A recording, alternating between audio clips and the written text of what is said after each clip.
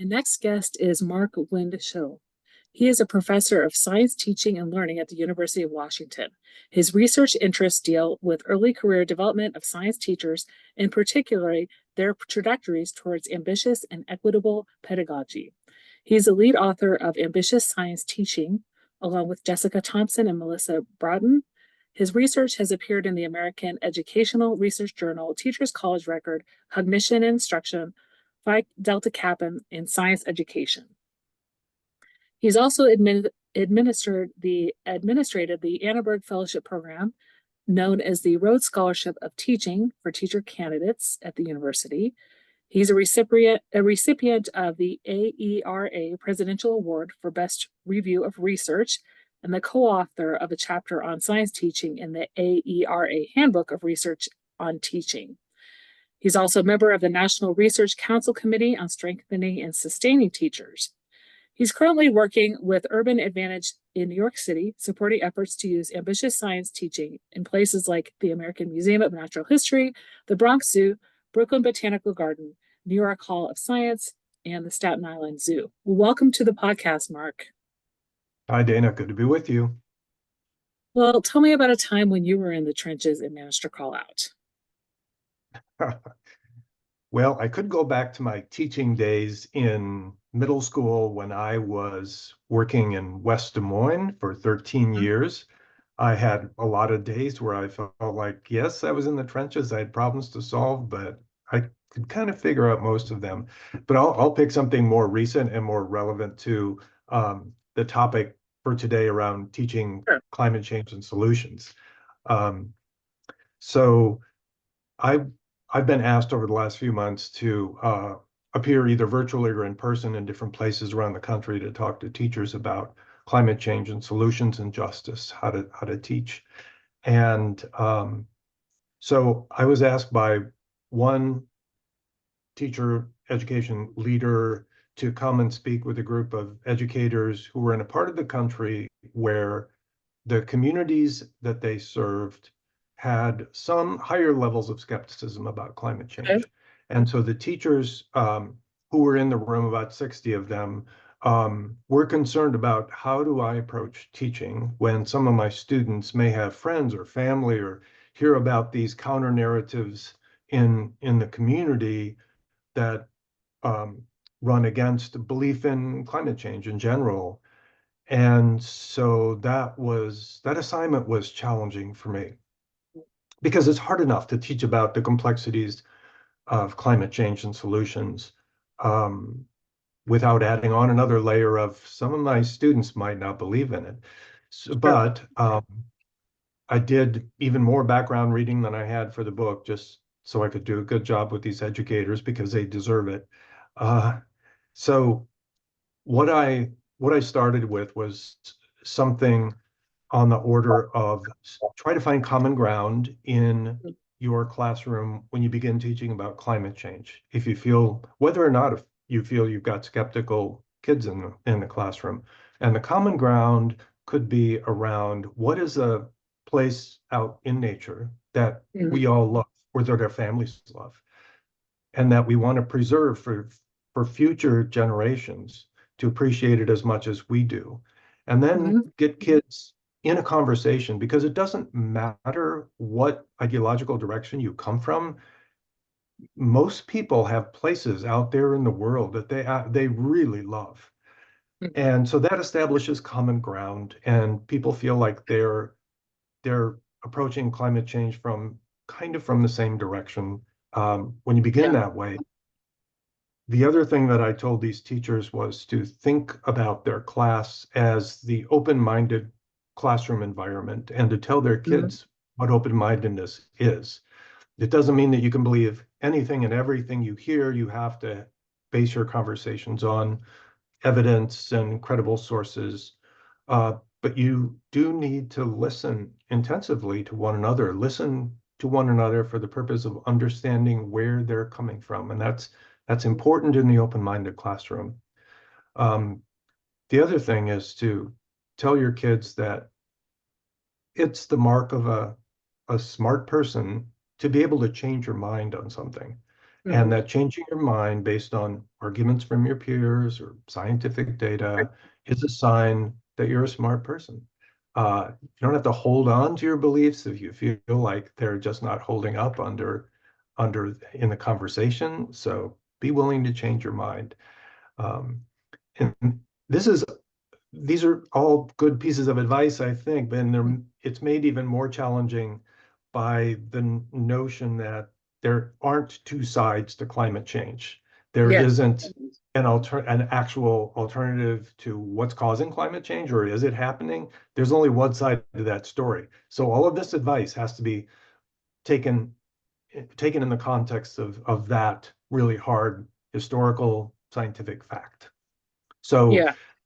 I felt like I was in the trenches for a while, and just like every K-12 teacher, solving that problem, so to speak, doesn't mean that Yeah. you've fixed everything, but you've just worked around the problem and in ways that it will get you by and help others in the process.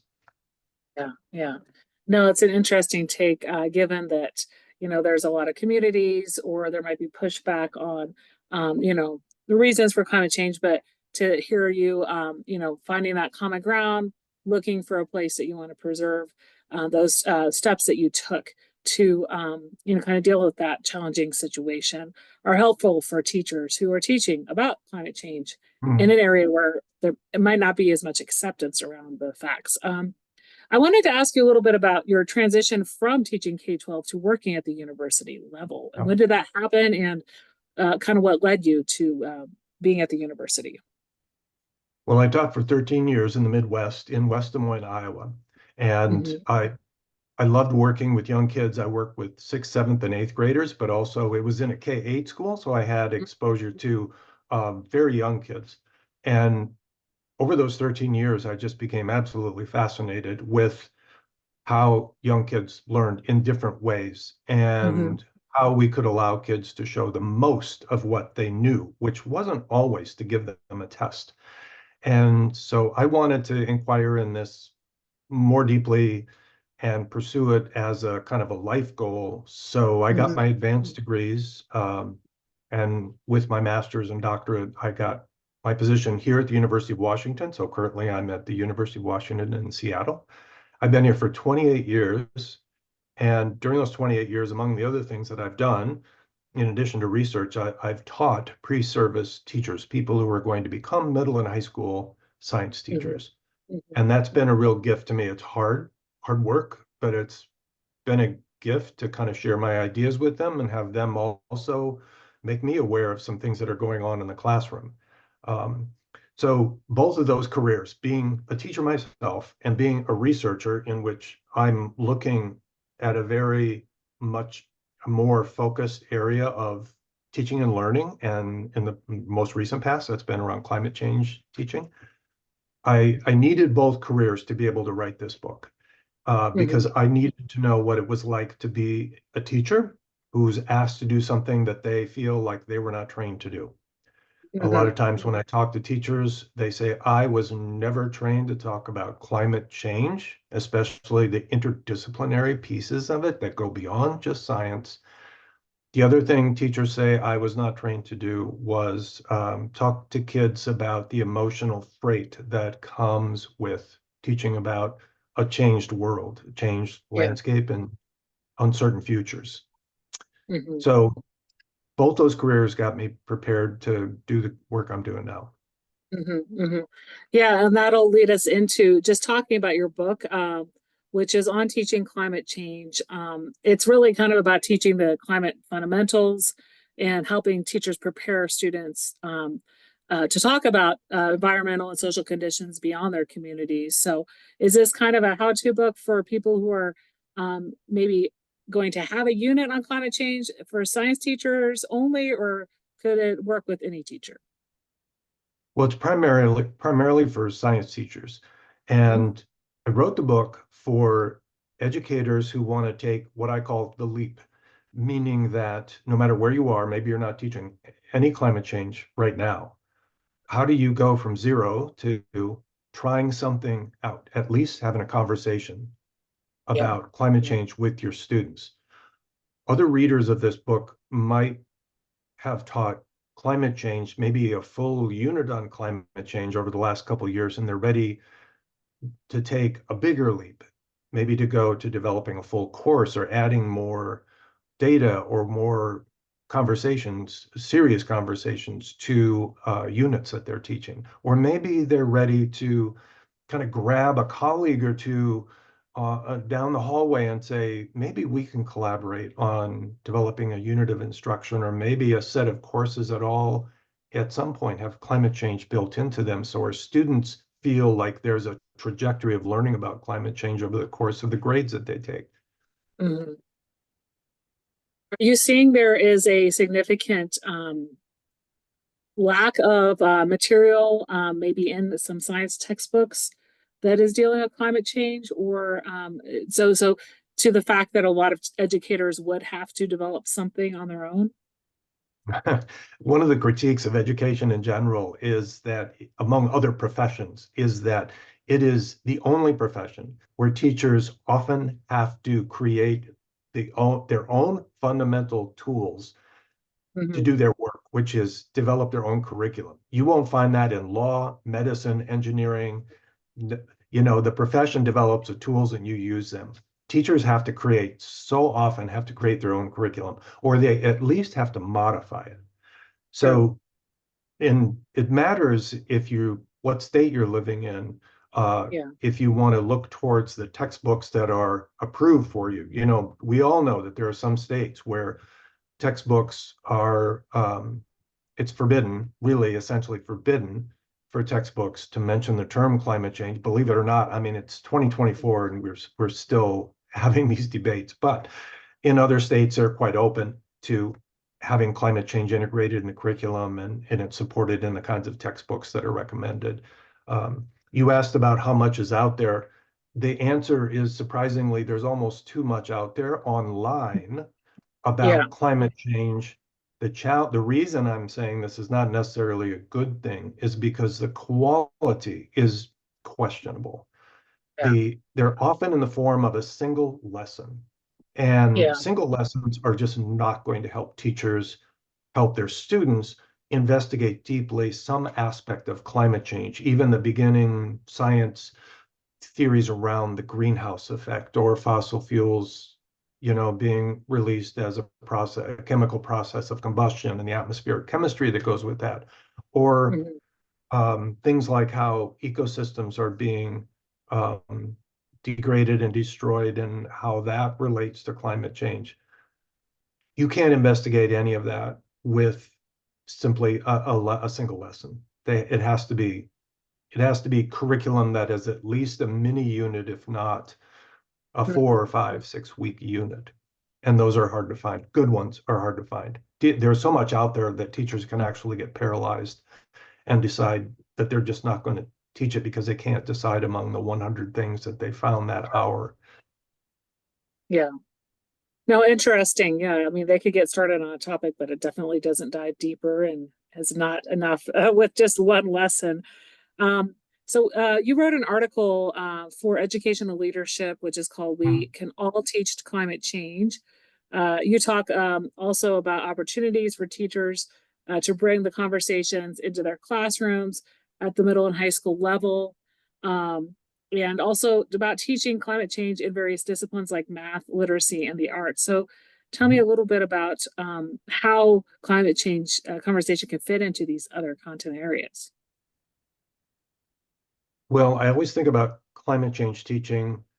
The best examples of climate change teaching are units that are grounded in a particular phenomena, a complex phenomena that kids really should investigate over a period of days and weeks to understand. Um, and so one of the common excellent phenomena that kids can study is urban heat islands. And Mm-hmm. this is this is a scientific phenomenon. It's also a social phenomenon. It's got a history behind it, but also it's still happening today. And urban heat islands are just metro areas all over the country uh, that where people of color historically have been discouraged from moving into certain neighborhoods. And so they find themselves in communities that are underdeveloped and that have a lot of industrial buildings nearby. They lack green spaces.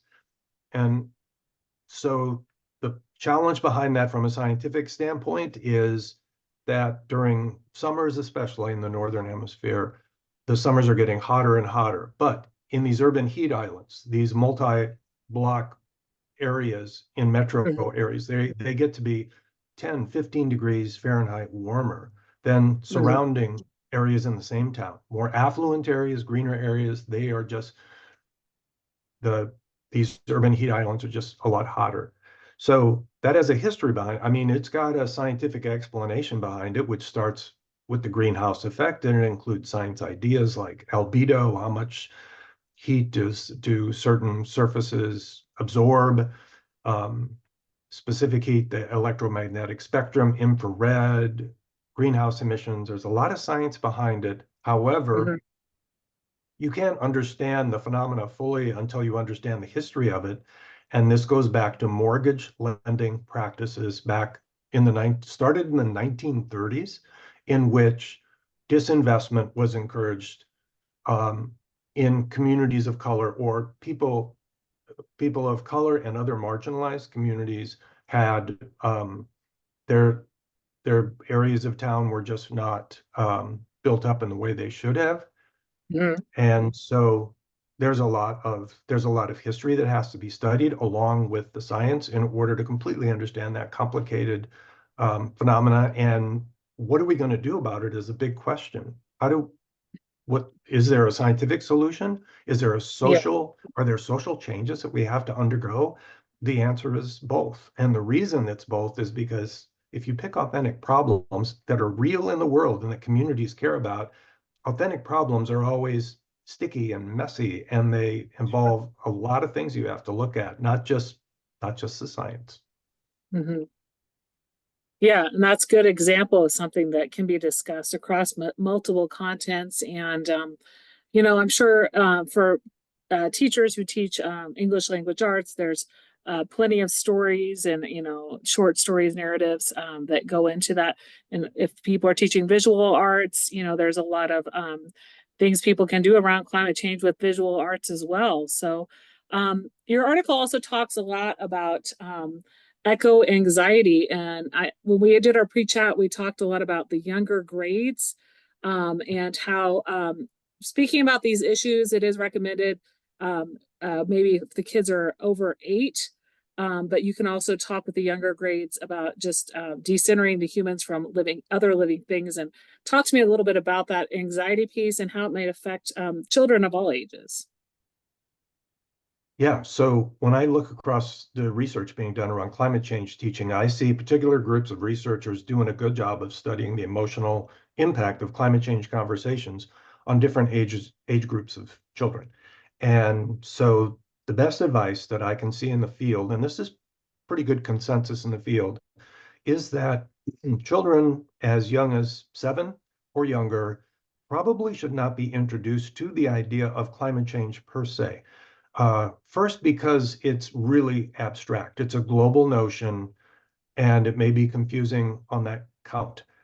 The other Mhm. thing that could be problematic is they may not be able to cope with the idea that there is a great deal of ecological loss, the world is changing, and they get worried about their futures. That is more anxiety than you Sure. want children of that age to experience. They'll get Mhm. enough of it later. Now, a Yeah. lot of people who teach those grades, like kindergarten, first, second, third grades, they might be saying, okay, but isn't there something that I can teach my students? And the answer is yes. Research also says that if you can help students simply understand the complexity of the natural environment and the idea that humans are not the center of all living things, but they are just one interdependent part of a larger system of life on Earth. And all these different parts, plants, animals, microbes, fungi, we all depend upon one another. And nature is worth preserving for its beauty, just for itself, is worth preserving and taking care of it. And so this has been shown not just to be very understandable by young kids, but it's been shown to set the stages for when climate change is introduced in later grades. These children accept the ideas behind climate change more readily. They show concern, which is a good thing. They're also able to engage in this thing called systems thinking more readily if they had these kinds of foundational preparations in K1, 2, and 3. So early elementary has a huge role to play. Yeah, that's good. Giving some ideas to those younger elementary teachers on how you can frame climate change and talking about, our role in the world. And I think a lot of elementary schools also just kind of talk about like recycling and kind of those just general terms about like how do you protect the world, and it's really kind of drilling down into the bigger notion as well for those grades above fourth grade. I wanted to talk to you a little bit about some of the ambitious science teaching that I talked about in your bio. So you talked to me a little bit about there's places like the American Museum of Natural History and an exploratorium in San Francisco. What kind of work do you do for that? Well, ambitious science teaching was a framework that I and a couple of colleagues, Jessica Thompson, Melissa Braaten, and others, we developed. And ambitious science teaching is the notion that if we shift how we interact with kids in science classrooms by allowing them to show the most of what they know, and we ask them to change their thinking over time, and we focus on anchoring phenomena. Really, we want kids to study some complex things in the real world rather than studying these dry lab activities one after the other, where kids do the activity and then they can't figure out how it pertains to anything out there that they experience. So it's hard to describe it in a Zoom call like this, but for people who are interested in a book, there is a book, Ambitious Science Teaching, and it provides access to this framework and gives a ton of examples. A lot of what we do in ambitious science teaching is we engage kids in sense-making talk, like when they produce data or look at graphs, for example, maybe the graphs have to do with climate change. We ask students to make sense of those graphs. We have different kinds of scaffolds that allow kids to ask questions of one another, where they're really unpacking what's going on there and how it relates to the real world. We also engage kids in modeling, which is drawing out conceptual relationships between different parts of a phenomenon, like what's going on in an ecosystem in the Amazon, for example, and then trying to figure out what is happening that you can see, and more importantly, what's happening that you cannot directly observe, that is kind of driving what you can see. Mm-hmm, mm-hmm. Yeah, so that definitely is something for science teachers to look into. Sounds a little bit about kind of what they do in classes with the sense making talk, but really diving deeper into that framework for teachers who want to explore more about that. So we've talked a lot about just teaching climate change to different content areas, what teachers' role are depending on grade levels, and also how you use your experience from teaching middle school to in your current work with research and supporting pre-service teachers. Out of everything we've talked about today, what's one thing you'd like listeners to remember?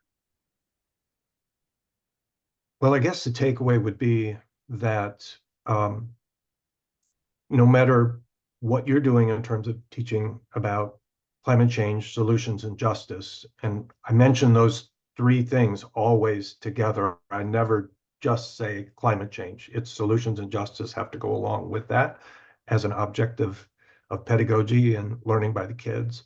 So no matter where you are as a teacher, you can always take that next step, and you can take the next step. One of the next steps is to talk to another educator, maybe in your building. And if you haven't taught about climate change, there are small steps you can take. You can do mini units that might only be 2 weeks long and those might be easier for you to take a chance and construct around some idea around climate change solutions and justice, as opposed to a full unit, which might be 5 or 6 weeks long. But take whatever steps that you feel you can take, do it with colleagues, and for sure you're going to have to do some background reading, because we all reach the limits of our content knowledge when we start teaching about climate change and solutions. So don't be afraid to go back and do some reading. And if you are already teaching about climate change, then what is the next leap you can take? Maybe you're not having those conversations around emotions with your kids that maybe you want to. So do a little background reading on that. There are ample examples out there online that are good. Take that leap. But everybody needs to move forward, because climate change is real and it's us. And scientists Yes. agree on that. And there are things that we can do, especially as educators. That's so important. Like you said, bringing this into whatever content people teach. Like you said, planning with a colleague helps, doing reading, making sure that you're able to also talk about students' emotions and reactions to things that are occurring in our world. Where can people connect with you and find you online? Well, they can connect with me by just looking up my profile at the University of Washington College of Education, and then they can find my email there and contact me if they're interested in asking any other questions. I have got the book has a companion website that goes with it that really expands on every chapter that's in the book, and has all kinds of great resources that are curated, so the teacher doesn't have to, search the whole internet to find something that's useful for them and their children. So yeah, my email mwind@uw.edu is probably the best way to get a hold of me. Great. I'll make sure I include the link to the book companion site and the link to the College of Education site. Well, thank you so much for being my guest today on the Out of the Trenches podcast. It was very informative to hear about teaching climate change across contents, and also tips on how to do it. Well, thank you, Dana. It was a pleasure being with you.